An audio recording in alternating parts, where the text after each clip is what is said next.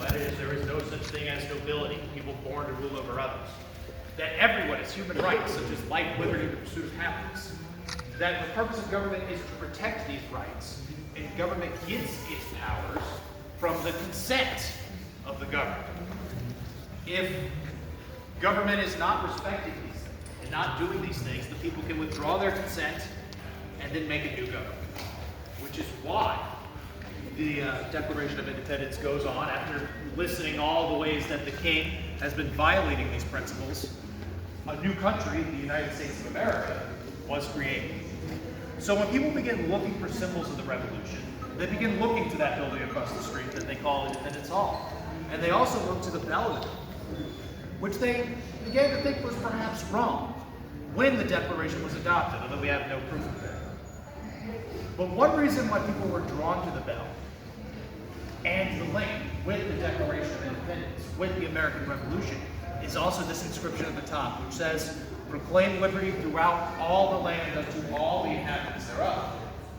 Now that's from the Bible, and it describes an ancient Israelite tradition where they would free their enslaved captives.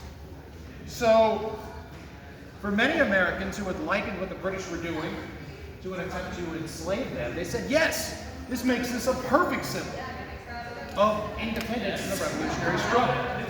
However, slavery still remained legal in the United States.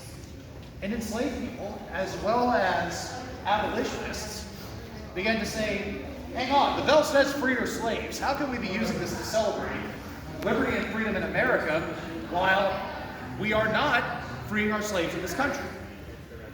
So abolitionists began to use the bell as a symbol of their cause. And they became the first ones to call it the Liberty Bell. And because of them, the meaning changed. It was still about the fight for life, liberty, and the pursuit of happiness.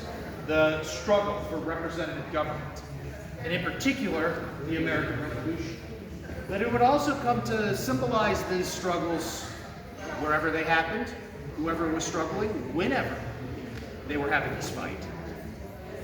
And for that reason, Americans have used the bell at different periods of time. Women suffragists used the bell to demand the right to vote for women, with one even going so far as to make a full-size replica. You had student protesters in the 1960s having a sit-in around the bell to draw attention to the fact that that very week, people marching for the right to vote for African Americans in the state of Alabama had been brutally dispersed in the town of Selma. Folks like Martin Luther King Jr. and Emanuel Wright visited the bell in 1959. You also had some international visitors of some significance coming to the bell to request American support.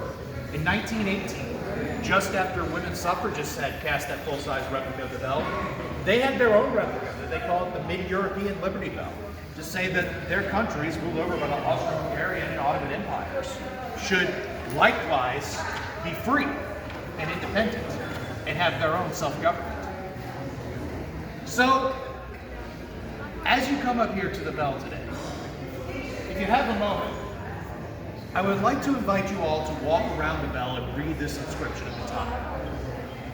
And if you can, just ask yourselves, what does it mean to proclaim liberty throughout all the land unto all the inhabitants thereof? All right, on behalf of the National Park Service, I'd like to thank you for listening to me babble for a little bit about the history of this broken piece of bronze. And if any of you have any questions at all, I will be over here in the corner, more than happy and eager, in fact, to answer the questions to the best of my ability. Thanks, y'all.